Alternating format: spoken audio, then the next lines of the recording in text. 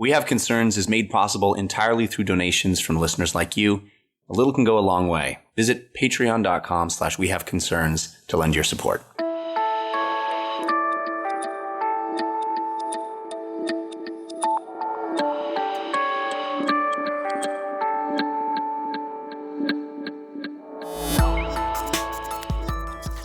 Jess and I have this shared calendar. Yeah, Google Calendar? Yeah. We have that too in our relationship. I think every relationship needs a strong shared calendar. Ours is not strong. We have a shared calendar, but we don't have shared calendar rules. There's this thing where, like, if something goes into the calendar, I think it's expected that it's in the calendar and now it's a thing. Yeah. But, like, sometimes I don't know that it went in the calendar. You don't check the calendar? I mean, I do check the calendar, but I don't check my calendar a month out. Like, if I check the calendar, it's like, what am I doing today? What am I doing tomorrow? Right. You know? Here's how we've solved that. Mm-hmm. Anytime Erin puts something into the calendar, she sends me an invitation. It's very formal and weird, but it actually helps me out a what lot. happens is I get the invitation, but I don't accept them because So I don't see the You have no one to invitations. blame but yourself. I just, man, look. I and can't then be bothered to sometimes- look at a calendar and then more than one day sometimes away. I do. Like, I'll accept the invitation and I'll be like, oh, we got to talk about whatever that is later. But then I don't fucking remember because hours later I forgot that I accepted the invitation. I think the shared calendar is inherently flawed. No, I think you're misusing it. We just need, maybe we need more communication about the shared calendar. I You don't know know. what you should do? Set a date to talk about the shared calendar. We should On the calendar. We should actually just have like one thing a week where we just sit down and talk about everything that's on the calendar. But it feels Or so maybe formal. just, talk to each other in life. I just think before anything goes on the calendar that's supposed to involve the two of us, there should be like, hey, there's this thing. It's happening on this day. Does it sound cool? Yes, it sounds cool. Because here's the thing. After yes, it sounds cool, there should be a direct question of, do you want to go? Because sometimes something sounds cool, but I don't want to go. But I don't think that's going to solve your problem because even you going, I think I it will, want to go, is not going to make you realize it's on the calendar. Because it'll be like, we will have had a discussion about the thing. When the thing happens, I will say that I'm interested in going to the thing. Then I will get the invitation. I'll be like, oh, that's that thing we talked about. And then it's not like Can I ask you a nebulous. question? Yeah. Do you want to do an episode? When? Right now. Yeah, I can do one right now. This is We Have Concerns. Hi, Anthony Carvoni. Hi, Jeff Ganata. Hello, concerned citizens, of which one, by the name of Roger Rodriguez, sent us a fascinating story that I am obsessed with. Might be the most interesting thing I've read in a long time. This is an article about how they're putting a worm's brain in a Lego body. Like the Do I actual, have you hooked? Like I the think actual. I do. Is that a worm pun? Because if it's a worm pun, that's your dad joke. No, it's not a pun. It's Okay. literally the headline of this article. You asked, do I have you hooked? And like, I was just, are you doing a thing? I didn't even know it. I'm you so doing a good, I do it subconsciously. You're so dad, you're like cool subconscious dad. Yeah, man. Cool subconscious dad. Cool subconscious dad. Do your homework, stay safe. What? What was that? Here's the thing, right? We've been talking about robots and creating artificial intelligence, and we have, as a species, want to create robots that are smart and can be like humans, right? But the human brain, super complex. So you're saying that this is not an actual physical worm brain in a Lego body. This is an AI worm brain. Yes. See, here's the thing these scientists thought is, a human brain, very complex. We haven't been able to crack it. We don't have the technology to create artificial human brain that is authentic. But you know what's super simple and not as complex as a human brain? Worm brain. And we can actually achieve the complexity of a worm brain. And so there's this project called Open Worm. Yep. Yeah, okay. And it is literally, they have completely mapped the worm brain, and they're working to build a complete simulation of a worm in software. Okay. So the human brain, I remember the last time I read something about this, basically one consumer laptop can do the work of one human neuron. Right. That's what I heard last time. And I don't know how many neurons are in the human brain, but it's a lot. It's a skillion-D. And you know how many neurons are in I think the it's something worm like brain? 100 billion or something like that. It's a lot. You've got In a a lot of human neurons. brain. But yeah. in a worm brain, you know how many there are? How many? 302. Done. Done And they're not, and and they're done. not as complex as human brains, so it's not like you need one laptop per worm neuron. Right. We're talking about something that fits into this robot worm. How big is this robot worm? It's actually bigger than you think. It's not the size of a worm. It's the size of a robot. And it's a robot made out of Lego. What is the size of a robot? Well, are you saying like 1 metric robot? Yeah. I've seen small robots. I've seen big robots. Based How on the big is this robot worm? scale. The international scale of robots. Somewhere in a vault in France is the actual standardized robot. Oh, yeah. It's actually a wind-up toy, but, it was the first robot. Do they say how big this is in length and width? Oh, I'm sure they do somewhere here in this article, but they show pictures of it, and it looks like, it's about the size of a bread box. It's the size of, it looks like a camcorder on wheels, basically. Holy shit. All of your fucking references. Yeah. So it's a standard robot, or it's something that nobody's used since the Great Depression, or it's an outdated piece of technology that is now the size of my phone. Yeah. How big is this fucking robot, Jeff? It's like the size of, I'd say about 12. Is it my arm? Is it my arm long? It's like 12 pagers big. You're such a son of a bitch. Are we talking a two-way pager? Are we talking one of those pagers that has a? It's like a medium-sized fax machine. Is what it is. It's like a Nickelodeon or a kaleidoscope. It's basically it's like a buggy whip box. Sure. Like how buggy whips used to come in boxes. You're a son of a bitch. Do you know how big it is or not? I don't. Okay. But I can look at the picture. Basically, it's built out of Lego. It's built out of Lego Mindspring. So like Lego don't make small crap. It's pretty big. It's like a small puppy size. Okay. They've had puppies for a long time. Yeah, I can make that reference. Fine. I'm just going to let it go. But the coolest thing is they stuck this piece of software inside this Lego robot, and they didn't program any behavior into it. Okay. There's a really So this lengthy... is not a software simulation of, in this situation, a worm will do this X number of times. In this situation, a worm tends to do this. Right. This is basically, this stimulus fires this neuron in a worm. Exactly. Yeah, so it's not an if-then statement of trying to create behavior. They're not even worried about creating behavior. There's a very technical paragraph in this article about exactly how they do it. I'm not going to go into it. But basically, it's if a neuron fires, then something in our software happens. And if a different neuron fires, then something else in our software happens. So there's no behavior built in. It just works like a worm brain. And the result is that the robot behaves like a worm. That's How pretty cool dope, is that? man. That's pretty crazy. I mean, you would think that this is a very reductive way to go about things, right? Like, you would think, well, it's kind of crazy to go in and try to just recreate physically in software every single neuron. You would think that as a programmer, as an engineer, you'd be like, well, it would be easier to just model generic behaviors. It would be faster. But it's kind of cool that something like this works at all. Yeah, they have successfully built a brain. It's a super simple brain, Yeah. but it's a brain, and it's only the size of like 6 8-track tapes. That was You're a son of a bitch. You're a son of a bitch bastard.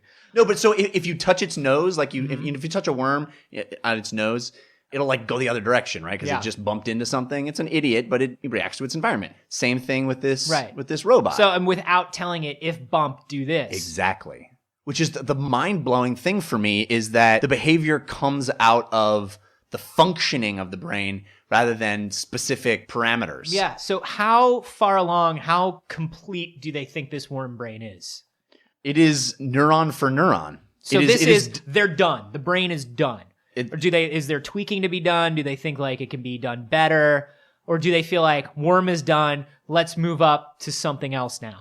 Well, I think they want to move up to something else, but this article doesn't specifically go into that. It basically says, so there's motor neurons and there's sensory neurons, and each of them is working in this robot as they would work in the worm. Sure. So a neuron that works the muscles. I mean, I get that, but like, is it done? Yeah, it works. You can watch video of it. That's as warm as it gets. What I love is like, what is your threshold? Where because you kind of look at it and you go, yeah, a worm would do that. That's the problem, is that the bar for what a worm does is pretty low. Are we being scammed? Are we actually being scammed? Because it's like maybe they only got it 74% correct. But whereas in the movies, whereas like with RoboCop, like if RoboCop goes wrong, shit gets fucked. Because there he is out on the street shooting people. It's like RoboCop 2, and he's just shooting people, shooting himself, screaming, pulling his own head off. It's very obvious when RoboCop is not working right. When a worm's not working right, you're just like, OCP walks in and it's like, we've created a robot worm.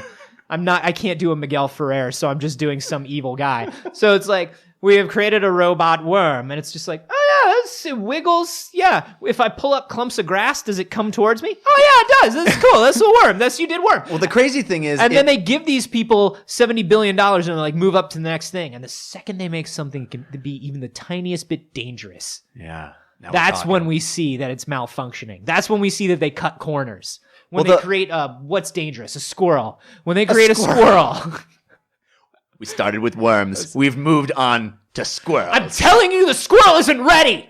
Oh, it's ready. You're putting this entire acorn tree in danger. That acorn tree is the bane of my existence. I've wanted it destroyed since the day I got into robot Your management. personal vendettas have no place here in the sciences. Don't turn on that squirrel. Oh, I'll turn on that squirrel. Ka-chink! My face! My face! Now you know. You shouldn't tease a squirrel. I didn't tease it. I was trying to warn you. Or a robo-squirrel. And if it's a rainy day, all of my worm robots will come out as well. I guess the next thing, though, the next logical step would be get this thing working so you can simulate all of these neurons in the size of a worm, right? Because otherwise we're talking about a 20-foot robotic squirrel, and that is scary. Well, is the goal to create authentic worm? I think the goal is to figure out how a brain works, and it just happens to be, let's start small. Let's start as small as it gets. Yeah, but I'm already thinking big on this thing, Jeff. I think they're missing out on a lot of opportunities.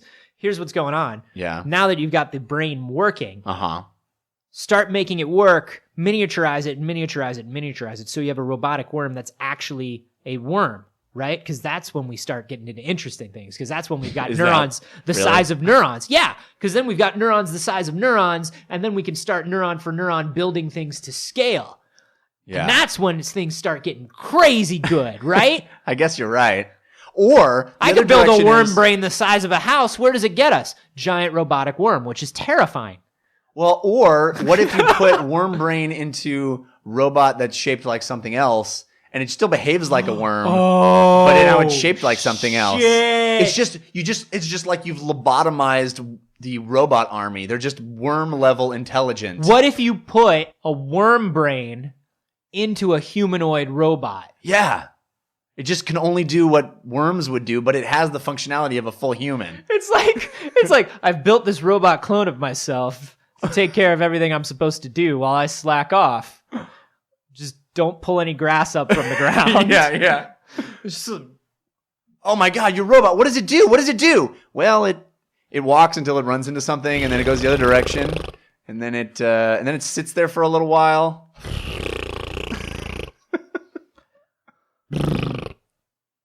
The robot isn't doing it. It's trying to communicate. It doesn't. Yeah. The cool thing though, if you cut off one of its arms, it grows back. I don't know why that works. That shouldn't actually happen. It shouldn't work, but it does. Did not build that into the robot. Isn't that right, robot? It's actually just as hardworking as I am in the office. And to tell the truth, I left it there for 3 days. Nobody knew the difference. By the way, if you're looking for your robot, it burrowed into the dirt in the backyard. It's like 3 feet down. Just pull up some grass. It'll come right back up. It'll come right back up. Hey, Steve, do you have those reports? Wait a minute. Steve. You're not Steve. Oh, okay. You are Steve.